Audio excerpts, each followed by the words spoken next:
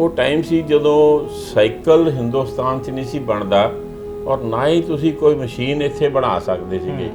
ਸਾਰਾ ਕੁਝ ਇੰਗਲੈਂਡ ਤੋਂ ਆਉਂਦਾ ਸੀ ਕਿਉਂਕਿ ਅਸੀਂ ਲੋਕ ਗੁਲਾਮ ਸੀ ਉਸ ਵੇਲੇ। ਤੇ ਫਾਦਰ ਸਾਹਿਬ ਉਸ ਵੇਲੇ ਉਹ 13 ਸਾਲ ਦੇ ਸੀ ਜਦੋਂ ਉਹਨਾਂ ਨੇ ਇਹ ਕੰਮ ਸ਼ੁਰੂ ਕੀਤਾ ਤੇ ਪਹਿਲੀ ਕੰਪਨੀ ਬਣਾਈ ਚੱਕਰ ਐਂਡ ਕੰਪਨੀ ਦੇ ਨਾਂ ਤੇ।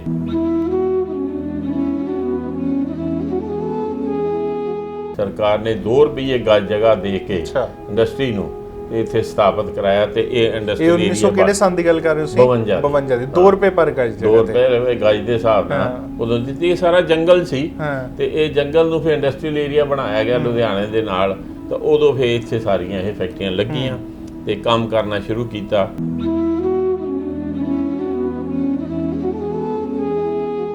ਇੰਡਸਟਰੀ ਮਿਨਿਸਟਰ ਹੁੰਦੇ ਸੀਗੇ ਸੈਂਟਰ ਦੇ ਵਿੱਚ ਤੇ ਉਹ ਲੁਧਿਆਣੇ ਉਹਨਾਂ ਨੇ ਵਿਜ਼ਿਟ ਕੀਤਾ ਸੀ ਤੇ ਜਦੋਂ ਉਹਨਾਂ ਨੇ ਮਸ਼ੀਨ ਦੇਖੀ ਤੇ ਉਹਨਾਂ ਨੇ ਜਾ ਕੇ ਫਿਰ ਜਵਾਹਰ ਲਾਲ ਜੀ ਨੇ ਵੀ ਦੱਸਿਆ ਵੀ ਲੁਧਿਆਣੇ 'ਚ ਸਰਦਾਰ ਜੀ ਨੇ ਆਟੋਮੈਟਿਕ ਮਸ਼ੀਨ ਬਣਾਈ ਆ ਜਿਹੜੀ ਆਪਣੇ ਆਪ ਪੀਸ ਬਣਾਈ ਜਾਂਦੀ ਆ। ਇੱਕ ਪਾਸੇ ਸਰੀਆ ਫੀਡ ਕਰਦੇ ਤੁਹਾਡੇ ਫਾਦਰ ਸਾਹਿਬ ਨੇ ਬਣਾਈ ਸੀ।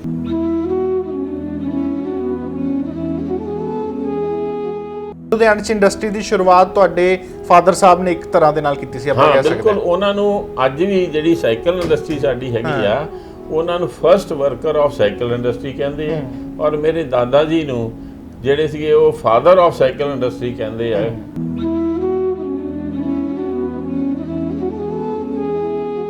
ਬੱਚਿਆਂ ਦਾ ਛੋਟੇ ਹੁੰਦਿਆਂ ਕੋਈ ਦਿਲ ਕਰਦਾ ਹੁੰਦਾ ਜਿਵੇਂ ਕੋਈ ਕਹਿੰਦਾ ਮੈਂ ਡਾਕਟਰ ਬਣਨਾ, ਇੰਜੀਨੀਅਰ ਕਰਨਾ। ਤੁਸੀਂ ਬਚਪਨ 'ਚ ਕੀ ਬਣਨਾ ਚਾਹੁੰਦੇ ਸੀ? ਸੋਚਦੇ ਹੋਵੋਗੇ ਵੀ ਮੈਂ ਵੱਡੇ ਹੋ ਕੇ ਇਹ ਬਣਨਾ, ਕਿ ਤੁਸੀਂ ਸੋਚਦੇ ਸੀ ਕਿ ਮੈਂ ਇੰਡਸਟਰੀਅਲਿਸਟ ਹੀ ਇੱਕ ਆਪਣੀ ਫੈਕਟਰੀ ਹੀ ਚਲਾਣੀ ਹੈ? ਐਕਚੁਅਲੀ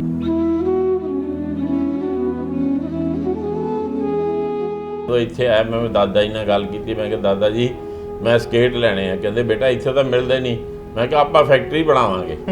ਫਿਰ ਮੈਂ ਇੱਥੇ ਲੈ ਕੇ ਪੱਤੀਆਂ ਜੋੜ ਕੇ ਕਰਕੇ ਉਹਨੂੰ ਬੈਰਿੰਗ ਪਾ ਕੇ ਤੇ ਮੈਂ ਉਹ ਸਕੇਟ ਬਣਾਏ। ਬਣਾ ਤਾਂ ਲਏ, ਉਹ ਬਣ ਇੰਨੇ ਭਾਰੇ ਗਏ ਕਿ ਉਹ ਪਾ ਕੇ ਚਲਾਉਣੇ ਔਖੇ ਹੋ ਜਾਂਦੇ ਸੀ, ਥੱਕ ਜਾਂਦੇ ਸੀਗੇ ਕਿਉਂਕਿ ਉਹ ਪ੍ਰੋਫੈਸ਼ਨਲੀ ਨਹੀਂ ਸੀ ਬਣੇ ਹੋਏ। ਠੀਕ ਹੈ ਨੇ, ਪਰ ਇਹ ਸੀਗਾ ਵੀ ਮੈਂ ਕੁਝ ਕੀਤਾ, ਮੈਂ ਬਣਾਇਆ ਹੈ ਨਾ।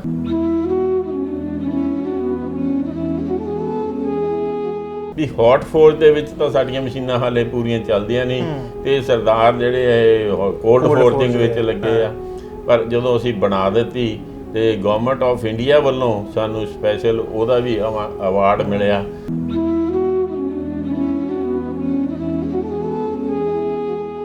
ਸਾਡੀ ਫਾਦਰ ਸਾਹਿਬ ਦੀ ਇੱਕੋ ਹੀ ਖਾਸੀਅਤ ਸੀਗੀ, ਉਹ ਕਹਿੰਦੇ ਸੀ ਟੈਕਨੋਲੋਜੀ ਲਿਆਓ, ਕੁਆਲਿਟੀ ਲਿਆਓ, ਕੁਆਂਟੀਟੀ ਵਾਲਾ ਨਾ ਜਾਓ, ਪਹਿਲਾਂ ਕੁਆਲਿਟੀ ਲਿਆਓ। ਜੇ ਤੁਹਾਡੇ ਪਾਰਟ ਦੀ ਕੁਆਲਿਟੀ ਹੋਏਗੀ, ਤੁਹਾਡਾ ਪਾਰਟ ਅੱਛਾ ਹੋਏਗਾ, ਤੁਹਾਡਾ ਮਾਰਕੀਟ 'ਚ ਨਾਂ ਚੰਗਾ ਮਿਲੇਗਾ, ਲੋਕੀ ਤੁਹਾਡਾ ਪਾਰਟ ਆਪੇ ਆਪ ਮੰਗਣਗੇ।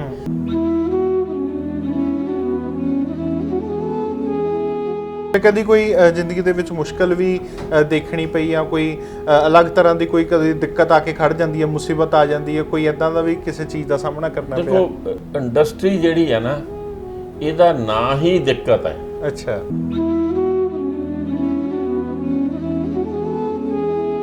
ਪਰ ਸਰਕਾਰ ਸਾਨੂੰ ਅਸੀਂ ਕਹਿ ਰਹੇ ਹਾਂ ਵੀ ਤੁਸੀਂ ਇਹ ਟੈਕਨੋਲੋਜੀ ਇੰਪੋਰਟ ਕਰਨ ਵਾਸਤੇ ਇੰਡਸਟਰੀ ਨੂੰ ਇਹ ਬੈਨੀਫਿਟ ਦਿਓ ਵੀ ਤੁਸੀਂ ਮਸ਼ੀਨਰੀ ਜਾਂ ਕਿਸੇ ਨਾਲ ਅਸੀਂ ਕੋਈ ਹੋਰ ਚੀਜ਼ ਮੰਗਾਉਣੀ ਆ ਬਾਹਰੋਂ ਤੇ ਉਹ ਸਾਨੂੰ ਟੈਕਸ ਫਰੀ ਹੋਣੀ ਚਾਹੀਦੀ ਹੈ।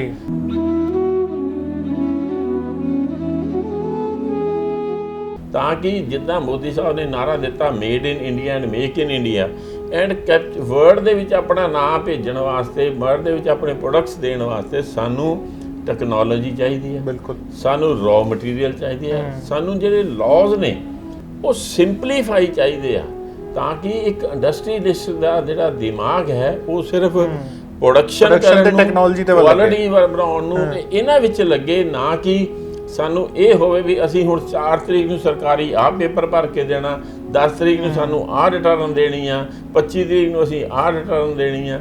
ਇਹ ਚੀਜ਼ਾਂ ਨਹੀਂ ਹੋਣੀਆਂ ਚਾਹੀਦੀਆਂ।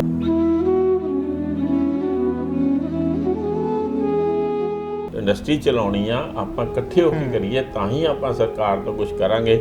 ਇਸੇ ਕਰਕੇ ਇਹਦਾ ਨਾਂ United cycle and parts manufacturing association ਬਣਾਇਆ ਗਿਆ। ਜਿਹੜੇ ਸਾਈਕਲ ਬਣਾਉਣ ਵਾਲੇ ਸੀਗੇ ਜਾਂ ਜਿਹੜੇ ਪਾਰਟਸ ਬਣਾਉਣ ਵਾਲੇ ਸੀ ਜਾਂ ਜਿਹੜੇ ਉਹਨਾਂ ਨੂੰ ਇਕੱਠੇ ਕਰਕੇ ਇਹ ਬਣਾਈ ਗਈ ਐਸੋਸੀਏਸ਼ਨ। ਉਹ ਇਹਦੇ ਫਾਊਂਡਰ ਪ੍ਰੈਜ਼ੀਡੈਂਟ ਵੀ ਸੀਗੇ ਤੇ ਉੱਥੋਂ ਹੀ ਕਰਦੇ ਕਰਦੇ ਅੱਜ ਤੱਕ ਅਸੀਂ ਉਹ 2 ਵਾਰ ਪ੍ਰੈਜ਼ੀਡੈਂਟ ਰਹੇ ਤੇ ਬਾਕੀ ਸਾਰਿਆਂ ਦਾ ਸਾਥ ਦਿੰਦੇ ਸੀ।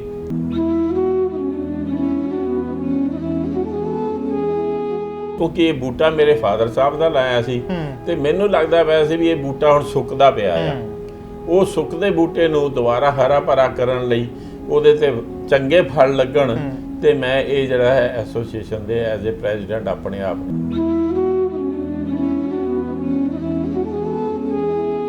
ਤੁਹਾਡੇ ਫਾਦਰ ਸਾਹਿਬ ਦੀ ਤੁਹਾਨੂੰ ਗੱਲ ਜਿਹੜੀ ਹਮੇਸ਼ਾ ਤੁਹਾਨੂੰ ਪੈਰ ਪੈਰ ਤੇ ਸੇਧ ਦਿੰਦੀ ਹੋਵੇ, ਕੋਈ ਅਜਿਹੀ ਗੱਲ ਤੁਹਾਨੂੰ ਯਾਦ ਹੋਵੇ? ਉਹਨਾਂ ਦੀ ਇੱਕੋ ਹੀ ਗੱਲ ਉਹ ਕਹਿੰਦੇ ਹੁੰਦੇ ਸੀ, ਬੇਟਾ ਕਿਸੇ ਨਾਲ ਦੁਸ਼ਮਣੀ ਨਹੀਂ ਰੱਖਣੀ, ਚੰਗੇ ਕੰਮ ਕਰਨੇ ਆ, ਰਿਵਾਰਡ ਤੁਹਾਨੂੰ ਆਪਣੇ ਆਪ ਮਿਲੂਗਾ, ਕੁਆਲਿਟੀ ਪ੍ਰੋਡਕਟ ਬਣਾਉਣੀ ਆ, ਪੈਸੇ ਦੇ ਮਗਰ ਨਹੀਂ ਜਾਣਾ, ਚੰਗੀ ਚੀਜ਼ ਬਣਾ ਕੇ ਚੰਗਾ ਜਦੋਂ ਤੁਸੀਂ ਮਾਰਕੀਟ ਦੇ ਉੱਤੇ ਮਾਲ ਦਿਓਗੇ ਤੇ ਤੁਹਾਨੂੰ ਲੋਕੀ ਆਪਣੇ ਆਪ ਐਪਰੀਸ਼ੀਏਟ ਕਰਨਗੇ, ਤੁਹਾਡੇ ਨਾਲ ਪਿਆਰ ਕਰਨਗੇ।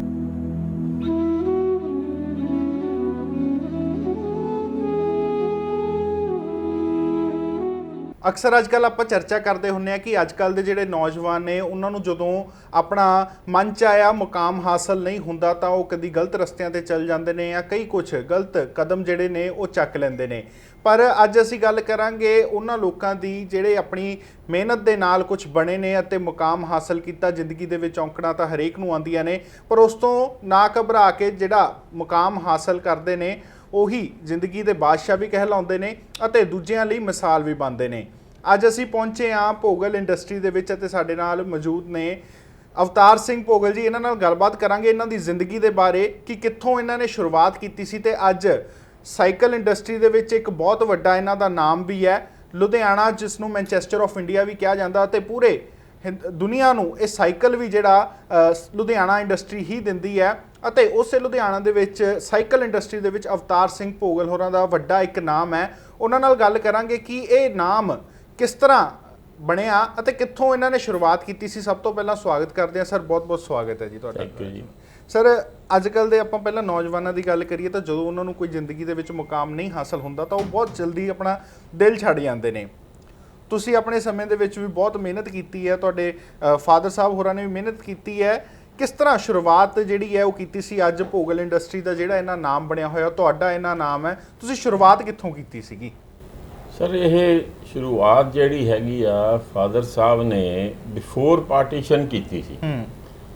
ਉਹ ਟਾਈਮ ਸੀ ਜਦੋਂ ਸਾਈਕਲ ਹਿੰਦੁਸਤਾਨ 'ਚ ਨਹੀਂ ਸੀ ਬਣਦਾ ਔਰ ਨਾ ਹੀ ਤੁਸੀਂ ਕੋਈ ਮਸ਼ੀਨ ਇੱਥੇ ਬਣਾ ਸਕਦੇ ਸੀਗੇ। ਸਾਰਾ ਕੁਝ ਇੰਗਲੈਂਡ ਤੋਂ ਆਉਂਦਾ ਸੀ ਕਿਉਂਕਿ ਅਸੀਂ ਲੋਕ ਗੁਲਾਮ ਸੀ ਉਸ ਵੇਲੇ।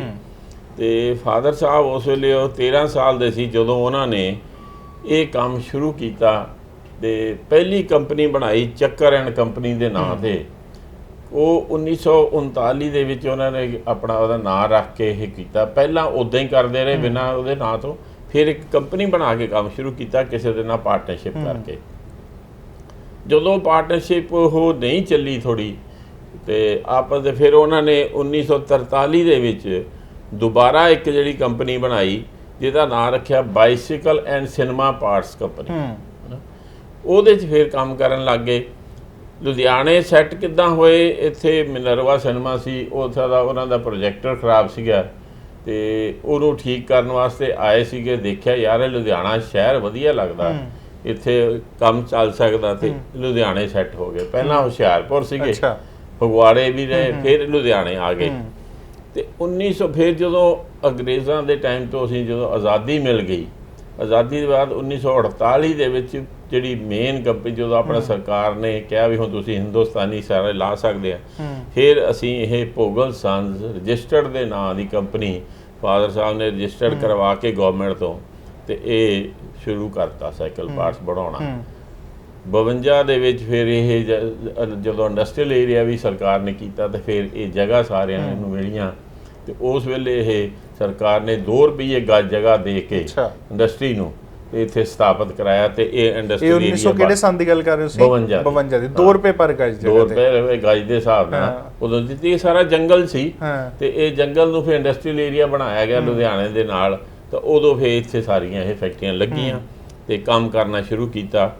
ਟਾਈਮ ਦੇ ਨਾਲ ਹੌਲੀ ਹੌਲੀ ਡਿਵੈਲਪਮੈਂਟ ਕਰਦੇ ਰਹੇ ਕਿਉਂਕਿ ਪਹਿਲਾਂ ਜਿਹੜੀਆਂ ਮਸ਼ੀਨਾਂ ਸੀ ਨਾ ਉਹ ਛੋਟੇ ਛੋਟੇ ਅੱਡੇ ਬਣੇ ਸੀਗੇ ਜਿਨ੍ਹਾਂ ਦੇ ਉੱਤੇ ਮਾਲ ਟਰਨਿੰਗ ਕਰਕੇ ਸਾਰੀਆਂ ਕੋਨਾ ਐਕਸਲ ਜਿਹੜੇ ਅਸੀਂ ਚੀਜ਼ਾਂ ਬਣਾਉਂਦੇ ਸੀ ਬਣ ਗਈਆਂ ਸੀ। 52 53 ਦੇ ਵਿੱਚ ਜਿਹੜੀ ਫਿਰ ਹੌਲੀ ਹੌਲੀ ਡਿਵੈਲਪਮੈਂਟ ਹੋਣੀ ਸ਼ੁਰੂ ਹੋ ਗਈ, ਆਪਣੇ ਲੋਕ ਮਸ਼ੀਨਰੀਆਂ ਬਣਾਉਣ ਲੱਗ ਗਏ। ਤੇ ਪਹਿਲੀ ਮਸ਼ੀਨ ਆਟੋਮੈਟਿਕ ਮਸ਼ੀਨ ਬਣਾਈ ਤੇ ਸ਼ਾਸਤਰੀ ਜੀ ਉਦੋਂ ਇੰਡਸਟਰੀ ਮਿਨਿਸਟਰ ਹੁੰਦੇ ਸੀਗੇ ਸੈਂਟਰ ਦੇ ਵਿੱਚ, ਤੇ ਉਹ ਲੁਧਿਆਣੇ ਉਹਨਾਂ ਨੇ ਵਿਜ਼ਿਟ ਕੀਤਾ ਸੀ। ਤੇ ਜਦੋਂ ਉਹਨਾਂ ਨੇ ਮਸ਼ੀਨ ਦੇਖੀ ਤੇ ਉਹਨਾਂ ਨੇ ਜਾ ਕੇ ਫਿਰ ਜਵਾਹਰ ਲਾਲ ਜੀ ਨੇ ਵੀ ਦੱਸਿਆ ਵੀ ਲੁਧਿਆਣੇ 'ਚ ਸਰਾਜ ਜੀ ਨੇ ਆਟੋਮੈਟਿਕ ਮਸ਼ੀਨ ਬਣਾਈ ਆ ਜਿਹੜੀ ਆਪਣੇ ਆਪ ਪੀਸ ਬਣਾਈ ਜਾਂਦੀ ਆ, ਇੱਕ ਪਾਸੇ ਸਰੀਆ ਫੀਡ ਕਰਦੇ ਆ। ਤੁਹਾਡੇ ਫਾਦਰ ਸਾਹਿਬ ਨੇ ਬਣਾਈ ਸੀ? ਫਾਦਰ ਸਾਹਿਬ ਨੇ ਬਣਾਈ। ਪਹਿਲੀ ਮਸ਼ੀਨ ਸੀਗੀ ਇਹ, ਉਹ ਪਹਿਲੀ ਮਸ਼ੀਨ ਆਟੋਮੈਟਿਕ ਮਸ਼ੀਨ ਉਸ ਵੇਲੇ ਉਹ ਬਣੀ ਸੀ। ਉਹ ਠੀਕ ਹੈ। ਤੇ ਉਹਦੇ ਤੋਂ ਫਿਰ ਅਸੀਂ ਜਿਹੜੀ ਪ੍ਰੋਡਕਸ਼ਨ ਜਦੋਂ ਵਧਾਉਣੀ ਸ਼ੁਰੂ ਕੀਤੀ, ਉਹਦੇ ਨਾਲ ਦੀਆਂ ਹੋਰ ਮਸ਼ੀਨਾਂ ਬਣਾਉਣੀਆਂ ਸ਼ੁਰੂ ਕੀਤੀਆਂ। ਔਰ ਬਾਕੀ ਜਿਹੜੇ ਯਾਰ ਦੋਸਤ ਸੀਗੇ ਜਾਂ ਲੁਧਿਆਣੇ ਦੀ ਜਿਹੜੀ ਸਾਡੀ ਕਮਿਊਨਿਟੀ ਸੀਗੀ, ਉਹਨਾਂ ਨੂੰ ਵੀ ਇਨਕਰੇਜ ਕੀਤਾ ਵੀ ਤੁਸੀਂ ਲੋਕ ਇੱਥੇ ਇੰਡਸਟਰੀ ਲਾਓ, ਆਪਾਂ ਚੀਜ਼ਾਂ ਬਣਾਈਏ, ਕਿਉਂਕਿ ਹੁਣ ਬਾਹਰੋਂ ਮਾਲ ਨਹੀਂ ਆਉਣਾ ਹੈ, ਨਾ ਹੀ ਸਰਕਾਰ ਨੇ ਸਾਨੂੰ ਮੰਗਾਉਣ ਦੇਣਾ ਹੈ, ਹੁਣ ਸਾਨੂੰ ਚੀਜ਼ਾਂ ਚਾਹੀਦੀਆਂ। ਫਿਰ ਉਦੋਂ ਹੀ ਇਹ ਸਾਈਕਲ ਵੀ ਬਣਨਾ ਇੱਥੇ ਸ਼ੁਰੂ ਹੋ ਗਿਆ, ਸਾਈਕਲ ਪਾਰਟਸ ਵੀ ਬਣਨੇ ਸ਼ੁਰੂ ਹੋ ਗਏ। ਤੇ ਸਾਰੇ ਜਿਹੜਾ ਹੌਜ਼ਰੀ ਵੀ ਇੱਥੇ ਲੁਧਿਆਣਾ, ਇਹ ਦੋ ਚੀਜ਼ਾਂ ਦੇ ਵਿੱਚ ਸਾਈਕਲ ਐਂਡ ਹੌਜ਼ਰੀ ਦੇ ਵਿੱਚ ਲੁਧਿਆਣਾ ਜਿਹੜਾ ਹੈਗਾ ਇੱਕਦਮ ਮਸ਼ਹੂਰ ਹੋਣਾ ਸ਼ੁਰੂ ਹੋ ਗਿਆ। ਮਤਲਬ ਲੁਧਿਆਣੇ 'ਚ ਇੰਡਸਟਰੀ ਦੀ ਸ਼ੁਰੂਆਤ ਤੁਹਾਡੇ ਫਾਦਰ ਸਾਹਿਬ ਨੇ ਇੱਕ ਤਰ੍ਹਾਂ ਦੇ ਨਾਲ ਕੀਤੀ ਸੀ, ਆਪਾਂ ਕਹਿ ਸਕਦੇ ਹਾਂ। ਬਿਲਕੁਲ, ਉਹਨਾਂ ਨੂੰ ਅੱਜ ਵੀ ਜਿਹੜੀ ਸਾਈਕਲ ਇੰਡਸਟਰੀ ਸਾਡੀ ਹੈਗੀ ਆ, ਉਹਨਾਂ ਨੂੰ first worker of cycle industry ਕਹਿੰਦੇ ਆ। ਔਰ ਮੇਰੇ ਦਾਦਾ ਜੀ ਨੂੰ ਜਿਹੜੇ ਸੀਗੇ ਉਹ ਫਾਦਰ ਆਫ ਸਾਈਕਲ ਇੰਡਸਟਰੀ ਕਹਿੰਦੇ ਆ, ਕਿਉਂਕਿ ਉਹਨਾਂ ਨਾਲ ਕੀ ਕਰਦੇ ਸੀ, ਜਦੋਂ ਅੰਗਰੇਜ਼ਾਂ ਦੇ ਟਾਈਮ ਦੇ ਵਿੱਚ ਬੰਦੇ ਭਰਤੀ ਹੋਣ ਜਾਂਦੇ ਸੀਗੇ, ਜਿਹੜਾ ਕਿਸੇ ਨੂੰ ਭਰਤੀ ਨਹੀਂ ਕਰਦੇ ਸੀ ਉਹਨੂੰ ਕਹਿੰਦੇ ਸੀ ਕਾਕਾ ਤੂੰ ਆ, ਆਪਾਂ ਤੈਨੂੰ ਹੋਰ ਕੰਮ ਲਾਉਨੇ ਆ, ਤੂੰ ਵਾਪਸ ਨਿਰਾਸ਼ ਨਾ ਹੋ, ਤੈਨੂੰ ਕੰਮ ਲਾਵਾਂਗੇ, ਤੈਨੂੰ ਕੰਮ ਸਿਖਾਵਾਂਗੇ, ਨਾਲ ਆਪਾਂ ਕੰਮ ਕਰਾਂਗੇ ਦੇਸ਼ ਵਾਸਤੇ। ਤੇ ਇਹ ਇਸ ਦਾ ਕਰਕੇ ਜਾ ਕੇ ਲੁਧਿਆਣੇ ਦੀ ਜਿਹੜੀ ਇੰਡਸਟਰੀ ਫਿਰ ਪ੍ਰਫੁੱਲਤ ਹੋਈ ਆ।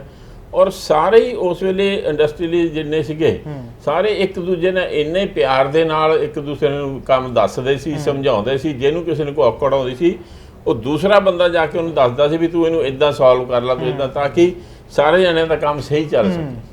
ਇਹ ਉਹ ਟਾਈਮ ਸੀਗਾ, ਉੱਥੋਂ ਇੰਡਸਟਰੀ ਅੱਗੇ ਇੱਥੇ ਲੁਧਿਆਣੇ 'ਚ ਵਧੀ। ਤੇ ਫਿਰ ਤੁਸੀਂ ਇੰਡਸਟਰੀ ਦੇ ਨਾਲ ਕਦੋਂ ਜੁੜੇ? ਆਪਣੇ ਫਾਦਰ ਸਾਹਿਬ ਨੂੰ ਤੁਸੀਂ ਕਦੋਂ ਜੁਆਇਨ ਕੀਤਾ? ਇਦਾਂ ਆ, ਦੇਖੋ ਜਿੱਦਾਂ ਇੱਕ ਕਹਾਵਤ ਹੁੰਦੀ ਹੈ ਨਾ ਵੀ ਜਿਹਦੀ ਦੁਕਾਨ ਆ ਤੇ ਉਹਦਾ ਬੱਚੇ ਦੁਕਾਨ ਤੇ ਜਾਣ ਲੱਗ ਜਾਂਦੇ ਆ, ਤੇ ਜਿਹੜੇ ਫੈਕਟਰੀ ਵਾਲੇ ਅਸੀਂ ਜਿੱਦਾਂ ਹੈਗੇ ਆ, ਤੇ ਸਾਨੂੰ ਸ਼ੌਕ ਹੁੰਦਾ ਸੀ ਵੀ ਅਸੀਂ ਫੈਕਟਰੀ ਜਾਵਾਂਗੇ। ਇੱਕ ਤਾਂ ਇਹ ਹੁੰਦਾ ਸੀ ਵੀ ਜਾ ਕੇ ਦੇਖਾਂਗੇ ਕਿੱਦਾਂ ਬਣਦਾ ਹੈ ਨਾ, ਤੇ ਦੂਜਾ ਉਦੋਂ ਪੈਕਿੰਗ ਜਦੋਂ ਹੁੰਦੀ ਸੀ, ਸਾਨੂੰ ਹੁੰਦਾ ਸੀ ਸ਼ੌਕ ਹੁੰਦਾ ਸੀ ਵੀ ਚਲੋ ਅਸੀਂ ਜਾ ਕੇ ਡੱਬੇ ਪੈਕ ਕਰਾਂਗੇ। ਤੇ ਉਸ ਕਰਕੇ ਅਸੀਂ ਜਦੋਂ ਛੁੱਟੀਆਂ ਹੁੰਦੀਆਂ ਸੀ ਜਾਂ ਸਾਨੂੰ ਉੱਦਾਂ ਕੋਈ ਸਕੂਲ ਛੁੱਟੀ ਹੋਣੀ, ਅਸੀਂ ਲੋਕਾਂ ਨੇ ਇੱਥੇ ਆ ਜਾਣਾ, ਆ ਕੇ ਇਹ ਕੰਮ ਕਰਨਾ ਸ਼ੁਰੂ ਕਰ ਦੇਣਾ।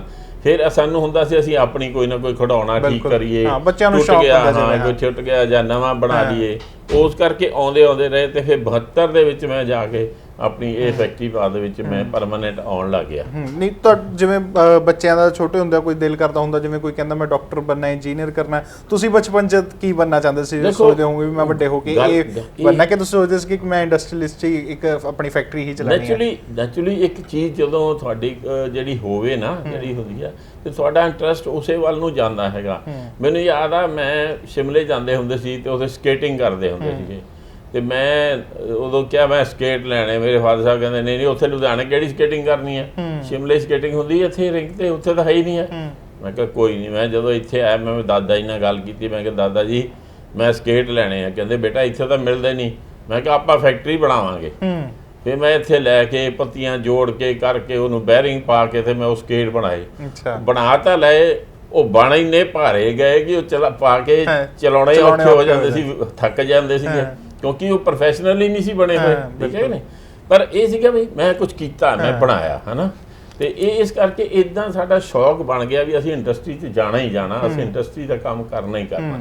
ਫਿਰ ਸਾਈਕਲ ਸਾਨੂੰ ਸੀ ਵੀ ਸਾਨੂੰ ਸਾਈਕਲ ਚਲਾਉਣ ਨੂੰ ਮਿਲਦਾ ਆ, ਇੱਥੇ ਅਸੀਂ ਆ ਕੇ ਖੇਲਦੇ ਸੀ, ਸਾਰੀਆਂ ਬਾਕੀ ਚੀਜ਼ਾਂ।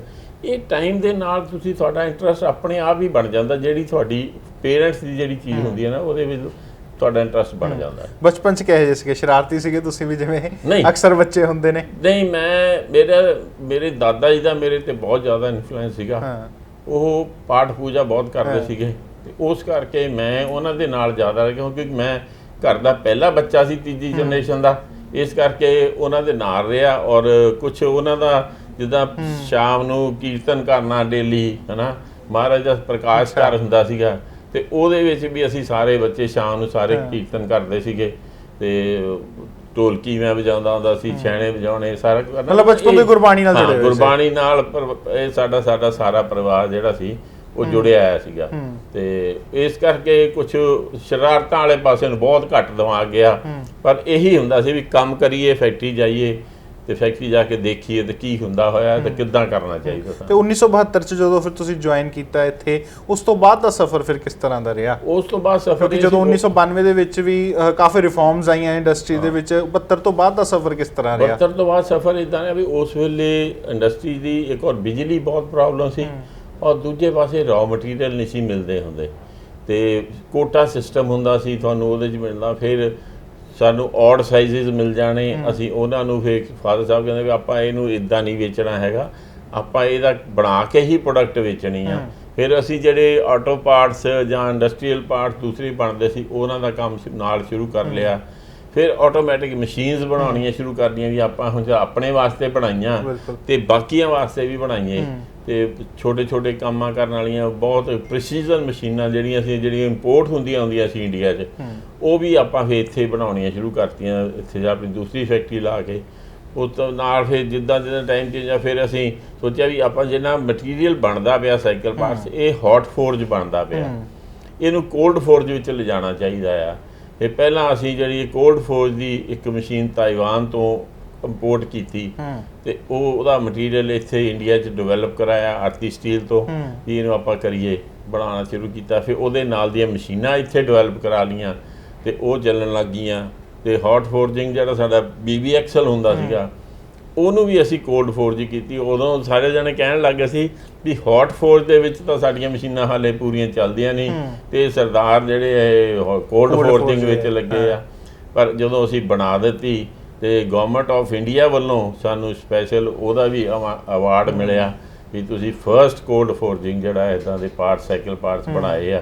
ਤੇ ਅੱਜ ਸਾਡੀ ਉਹ ਜਿਹੜੀ ਉਸ ਵੇਲੇ ਦਾ ਇਨੀਸ਼ੀਏਟਿਵ ਲਿਆ ਆ ਜਾਂ ਉਸ ਨੂੰ ਹਿੰਮਤ ਨੂੰ ਅੱਜ ਸਾਡੀ ਸਾਈਕਲ ਇੰਡਸਟਰੀ ਜਿਹੜੀ ਆ ਉਹਦੇ ਘਰ ਘਰ ਵਿੱਚ ਉਹ ਸਾਰਾ ਪਾਰਟ ਜਿਹੜੇ ਆ ਉਹ ਕੋਲਡ ਫੋਰਜ ਬਣਦੇ ਪਏ ਆ ਇਹ ਇਸ ਕਰਕੇ ਖੁਸ਼ੀ ਹੁੰਦੀ ਆ ਸ਼ੁਰੂ ਤੋਂ ਟੈਕਨੋਲੋਜੀ ਦਾ ਵੀ ਸ਼ੌਂਕ ਰਿਹਾ ਵੀ ਮਤਲਬ ਨਵੀਂ ਟੈਕਨੋਲੋਜੀ ਕੋਈ ਨਾ ਕੋਈ ਲੈ ਕੇ ਆਈ ਜਾਵੇ ਸਾਡੀ ਫਾਦਰ ਸਾਹਿਬ ਦੀ ਇੱਕੋ ਹੀ ਖਾਸੀਅਤ ਸੀਗੀ ਉਹ ਕਹਿੰਦੇ ਸੀ ਟੈਕਨੋਲੋਜੀ ਲਿਆਓ ਕੁਆਲਿਟੀ ਲਿਆਓ ਕੁਆਂਟੀਟੀ ਵਾਲਾ ਨਾ ਜਾਓ ਪਹਿਲਾਂ ਕੁਆਲਿਟੀ ਲਿਆਓ ਜੇ ਤੁਹਾਡੇ ਪਾਰਟ ਦੀ ਕੁਆਲਿਟੀ ਹੋਏਗੀ ਤੁਹਾਡਾ ਪਾਰਟ ਅੱਛਾ ਹੋਏਗਾ ਤੁਹਾਡਾ ਮਾਰਕੀਟ 'ਚ ਨਾਂ ਚੰਗਾ ਮਿਲੇਗਾ ਲੋਕੀ ਤੁਹਾਡਾ ਪਾਰਟ ਆਪੇ ਆਪ ਮੰਗਣਗੇ ਔਰ ਉਸੇ ਚੀਜ਼ ਦਾ ਅਸੀਂ ਜਿਹੜਾ ਅੱਜ ਸਾਨੂੰ ਇਹ ਫਾਇਦਾ ਆ ਕਿ ਸਾਡੀ ਪ੍ਰੋਡਕਟ ਜਿਹੜੇ ਆ ਅਸੀਂ ਉਹਦੇ 'ਚ ਕੋਈ ਕੰਪਰੋਮਾਈਜ਼ ਕੁਆਲਿਟੀ ਵਾਲੇ ਪਾਸਿਓਂ ਨਹੀਂ ਕਰਦੇ ਹੈ ਅਸੀਂ ਬਾਹਰ ਦੇ ਵਿੱਚ ਸਾਈਕਲ ਪਾਰਟਸ ਫਰਸਟ ਕੰਪਨੀ ਸੀ ਇੰਡੀਆ ਦੀ ਜਿਹਨੇ ਯੂਰਪੀਅਨ ਕੰਟਰੀਜ਼ ਨੂੰ ਆਪਣਾ ਸਾਈਕਲ ਪਾਰਟਸ ਐਕਸਪੋਰਟ ਕਰਨੇ ਸ਼ੁਰੂ ਕੀਤੇ ਇਟਲੀ ਫਰਾਂਸ ਬੈਲਜੀਅਮ ਇੰਗਲੈਂਡ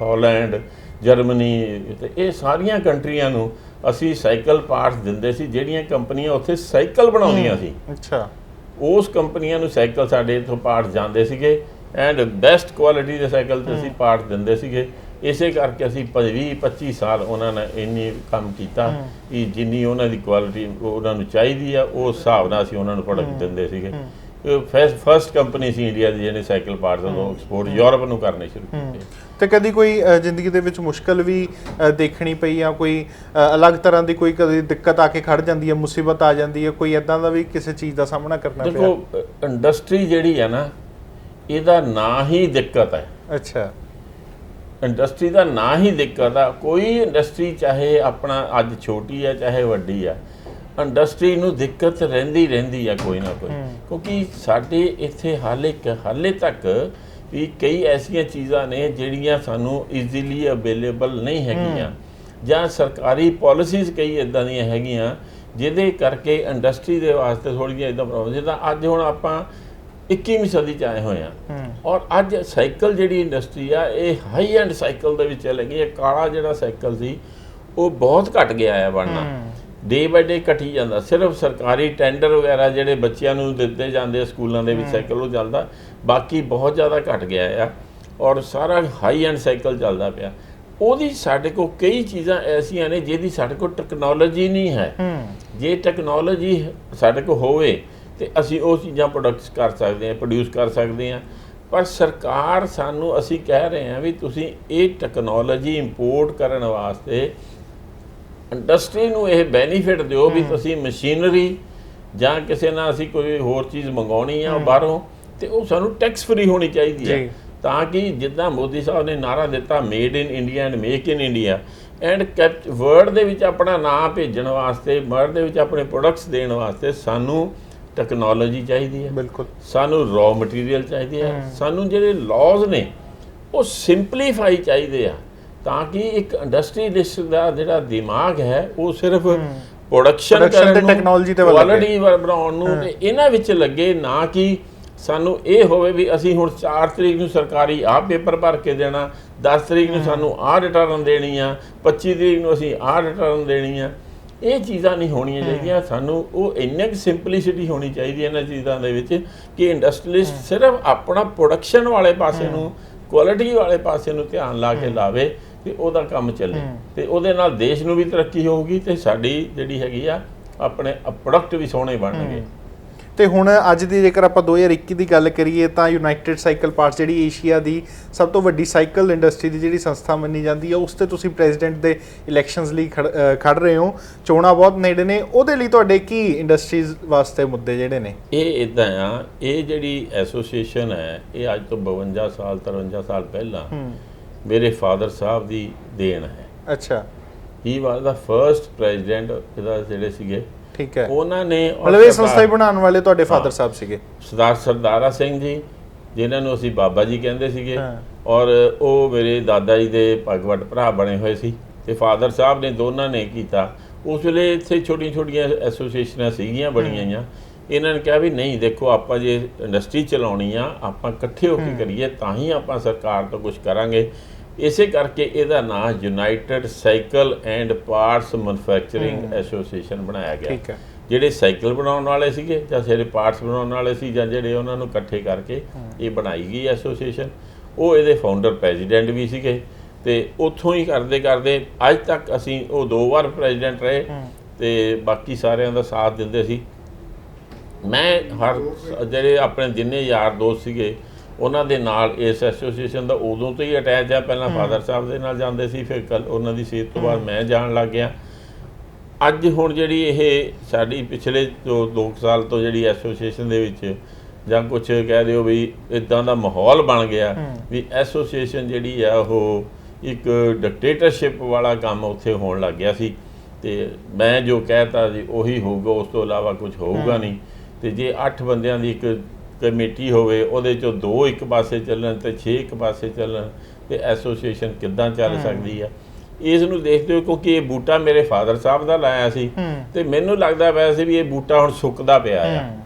ਉਹ ਸੁੱਕਦੇ ਬੂਟੇ ਨੂੰ ਦੁਬਾਰਾ ਹਰਾ ਭਰਾ ਕਰਨ ਲਈ, ਉਹਦੇ ਤੇ ਚੰਗੇ ਫਲ ਲੱਗਣ, ਤੇ ਮੈਂ ਇਹ ਜਿਹੜਾ ਹੈ ਐਸੋਸੀਏਸ਼ਨ ਦੇ ਐਜ਼ ਏ ਪ੍ਰੈਜ਼ੀਡੈਂਟ ਆਪਣੇ ਆਪ ਨੂੰ ਲੈ ਕੇ ਆਇਆ ਵੀ ਮੈਂ ਕੰਮ ਕਰਾਂ ਉੱਥੇ ਜਾ ਕੇ, ਇਸ ਨੂੰ ਫਿਰ ਉਸੇ ਰੁਤਬੇ ਤੇ ਲੈ ਕੇ ਆਈਏ, ਉਸੇ ਜਗ੍ਹਾ ਤੇ ਆਵੇ ਤਾਂ ਕਿ ਇਹ ਫਰੂਟਫੁਲ ਕੰਮ ਕਰੇ ਉੱਥੇ ਆਪਣੇ ਜਿਹੜੇ ਸਾਡੇ ਮੈਂਬਰਸ ਆ ਉਹਨਾਂ ਵਾਸਤੇ, ਔਰ ਸਰਕਾਰ ਦੇ ਨਾਲ ਅਸੀਂ ਆਪਣੇ ਆਪ ਨੂੰ ਜੋੜ ਕੇ ਕਰੀਏ ਤਾਂ ਕਿ ਅਸੀਂ ਚੰਗਾ ਔਰ ਵਧੀਆ ਇੰਡਸਟਰੀਲਿਸਟ ਬਣ ਕੇ ਔਰ ਚੰਗੀ ਪ੍ਰੋਡਕਟ ਬਣਾ ਕੇ ਦੁਨੀਆ ਦੇ ਵਿੱਚ ਆਪਣਾ ਨਾਂ ਰੋਸ਼ਨ ਕਰ। ਆਖਰੀ ਸਵਾਲ, ਕੋਈ ਤੁਹਾਡੇ ਫਾਦਰ ਸਾਹਿਬ ਦੀ ਤੁਹਾਨੂੰ ਗੱਲ ਜਿਹੜੀ ਹਮੇਸ਼ਾ ਤੁਹਾਨੂੰ ਪੈਰ ਤੇ ਸੇਧ ਦਿੰਦੀ ਹੋਵੇ, ਕੋਈ ਅਜਿਹੀ ਗੱਲ ਤੁਹਾਨੂੰ ਯਾਦ ਹੋਵੇ? ਉਹਨਾਂ ਦੀ ਇੱਕੋ ਹੀ ਗੱਲ ਉਹ ਕਹਿੰਦੇ ਹੁੰਦੇ ਸੀ, ਬੇਟਾ ਕਿਸੇ ਨਾਲ ਦੁਸ਼ਮਣੀ ਨਹੀਂ ਰੱਖਣੀ, ਚੰਗੇ ਕੰਮ ਕਰਨੇ ਆ, ਰਿਵਾਰਡ ਤੁਹਾਨੂੰ ਆਪਣੇ ਆਪ ਮਿਲੂਗਾ, ਕੁਆਲਿਟੀ ਪ੍ਰੋਡਕਟ ਬਣਾਉਣੀ ਆ, ਪੈਸੇ ਦੇ ਮਗਰ ਨਹੀਂ ਜਾਣਾ, ਚੰਗੀ ਚੀਜ਼ ਬਣਾ ਕੇ ਚੰਗਾ ਜਦੋਂ ਤੁਸੀਂ ਮਾਰਕੀਟ 'ਤੇ ਮਾਲ ਦਿਓਗੇ ਤੇ ਤੁਹਾਨੂੰ ਲੋਕੀ ਆਪਣੇ ਆਪ ਐਪਰੀਸ਼ੀਏਟ ਕਰਨਗੇ, ਤੁਹਾਡੇ ਨਾਲ ਪਿਆਰ ਕਰਨਗੇ। ਕਿਉਂਕਿ ਜਦੋਂ ਵੀ ਤੁਸੀਂ ਕਿਸੇ ਨਾਲ ਦਗਾ ਕਰੋਗੇ ਨਾ, ਉਹਨੂੰ ਅੱਜ ਨਹੀਂ ਤਾਂ ਕੱਲ ਪਤਾ ਲੱਗ ਜਾਏਗਾ, ਪਰ ਜਦੋਂ ਤੁਸੀਂ ਪਿਆਰ ਮੁਹੱਬਤ ਔਰ ਚੰਗੀ ਚੀਜ਼ ਬਣਾ ਕੇ ਕਿਸੇ ਨੂੰ ਦਿਓਗੇ, ਜਿਹੜਾ ਵੀ ਉਹ ਵਰਤੇਗਾ ਉਹ ਕਹੇਗਾ ਯਾਰ ਬੰਦੇ ਨੇ ਬਹੁਤ ਵਧੀਆ ਚੀਜ਼ ਬਣਾਈ ਆ। ਤੇ ਤੁਸੀਂ ਆਪ ਵੀ ਤਾਂ ਤੁਹਾਡੀ ਜ਼ਿੰਦਗੀ ਤੁਸੀਂ ਦੇਖਦੇ ਹੋਵੋਗੇ, ਤੁਸੀਂ ਕੋਈ ਚੰਗੀ ਚੀਜ਼ ਲੈ ਕੇ ਆਓਗੇ ਤੁਸੀਂ ਵੀ ਖੁਸ਼ ਹੋਵੋਗੇ, ਤੁਹਾਡੇ ਘਰ ਦੇ ਜਾਂ ਬੱਚੇ ਵੀ ਖੁਸ਼ ਹੋਣਗੇ, ਪਾਪਾ ਬਹੁਤ ਵਧੀਆ ਚੀਜ਼ ਲਿਆ ਕੇ ਦਿੱਤੀ ਤੁਸੀਂ ਮੈਨੂੰ। ਤੇ ਜੇ ਉਹ ਪਾਪਾ ਇਹ ਕੀ ਲੈ ਆਏ ਹੋ ਨਾ, ਇਹ ਇੱਥੋਂ ਹੀ ਤੁਹਾਨੂੰ ਪਤਾ ਲੱਗ ਜਾਂਦਾ ਵੀ ਇਹ ਕੀ ਚੀਜ਼ ਹੈਗਾ। ਉਸੇ ਚੀਜ਼ ਨੂੰ ਅਸੀਂ ਅੱਜ ਵੀ ਇਹੀ ਸੋਚਦੇ ਹਾਂ। ਮੈਂ ਹੁਣ ਆਟੋ ਪਾਰਟਸ ਵੀ ਨਾਲ ਬਣਾ ਰਿਹਾ, ਤੇ ਅਮਰੀਕਾ ਤੇ ਆਪਣਾ ਆਸਟ੍ਰੇਲੀਆ ਨੂੰ ਅਸੀਂ ਦੇ ਰਹੇ ਹਾਂ।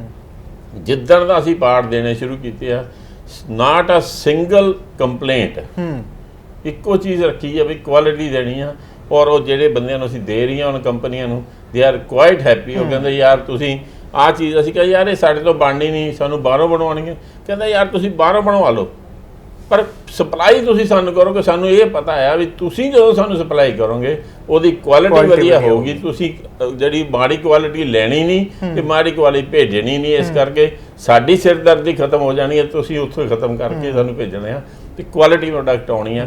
ਇਹੀ ਉਹਨਾਂ ਦਾ ਸੀ ਵੀ ਕੁਆਲਿਟੀ ਪ੍ਰੋਡਕਟ ਬਣਾਓ ਤੇ ਸਾਰਾ ਤੁਹਾਨੂੰ ਉਹਦਾ ਰਿਵਾਰਡ ਮਿਲੇਗਾ। ਬਹੁਤ ਬਹੁਤ ਧੰਨਵਾਦ ਜੀ। ਤਾਂ ਇਸ ਸਨ ਸਾਡੇ ਨਾਲ ਭੋਗਲ ਇੰਡਸਟਰੀ ਤੋਂ ਅਵਤਾਰ ਸਿੰਘ ਭੋਗਲ ਜੀ, ਜਿਨ੍ਹਾਂ ਨਾਲ ਆਪਾਂ ਗੱਲਬਾਤ ਕੀਤੀ ਹੈ ਕਿ ਕਿਸ ਤਰ੍ਹਾਂ ਇਹਨਾਂ ਦੇ ਫਾਦਰ ਸਾਹਿਬ ਨੇ ਪਹਿਲਾਂ ਮਿਹਨਤ ਕਰਕੇ ਇੱਕ ਕੰਪਨੀ ਖੜੀ ਕੀਤੀ, ਜਿਸ ਤੋਂ ਬਾਅਦ 1972 ਦੇ ਵਿੱਚ ਇਹਨਾਂ ਨੇ ਉਸ ਨੂੰ ਜੁਆਇਨ ਕੀਤਾ ਤੇ ਬਹੁਤ ਅੱਗੇ ਤੱਕ ਇਸ ਨੂੰ ਲੈ ਕੇ ਵੀ ਗਏ, ਜਿੱਥੇ ਅੱਜ ਪੂਰੇ ਕਾਫੀ ਜਗ੍ਹਾ ਤੇ ਇਹਨਾਂ ਦਾ ਨਾਮ ਵੀ ਆ ਤੇ ਬਾਹਰ ਵੀ ਅਮਰੀਕਾ, ਕੈਨੇਡਾ, ਬਹੁਤ ਸਾਰੀਆਂ ਅਜਿਹੀਆਂ ਕੰਟਰੀਆਂ ਨੇ ਜਿੱਥੇ ਇਹਨਾਂ ਦਾ ਬਣਿਆ ਹੋਇਆ ਮਾਲ ਵੀ ਸਪਲਾਈ ਹੁੰਦਾ ਤੇ ਬਹੁਤ ਚੰਗੀ ਕੁਆਲਿਟੀ ਦੇ ਨਾਲ ਦਿੰਦੇ ਨੇ ਤੇ ਉਹ ਦੁਬਾਰਾ ਵੀ ਉੱਥੇ ਯਾਦ ਕਰਦੇ ਨੇ ਕਿ ਵੀ ਬਹੁਤ ਵਧੀਆ ਕੁਆਲਿਟੀ ਦੇ ਨਾਲ ਇਹਨਾਂ ਦਾ ਸਮਾਨ ਆਇਆ ਤੇ ਆਪਣਾ ਨਾਮ ਪੂਰੀ ਦੁਨੀਆ ਦੇ ਵਿੱਚ ਬਣਾ ਰਹੇ ਨੇ। ਤਾਂ ਵਧੇਰੇ ਅਪਡੇਟਸ ਨਾਲ ਜੁੜੇ ਰਹੋ। ਕੈਮਰਾਮੈਨ ਸਤਵੰਤ ਮਠਾੜੂ ਦੇ ਨਾਲ ਸਰਮਜੀਤ ਸਿੰਘ ਭੱਲਾ, ਲੁਧਿਆਣਾ।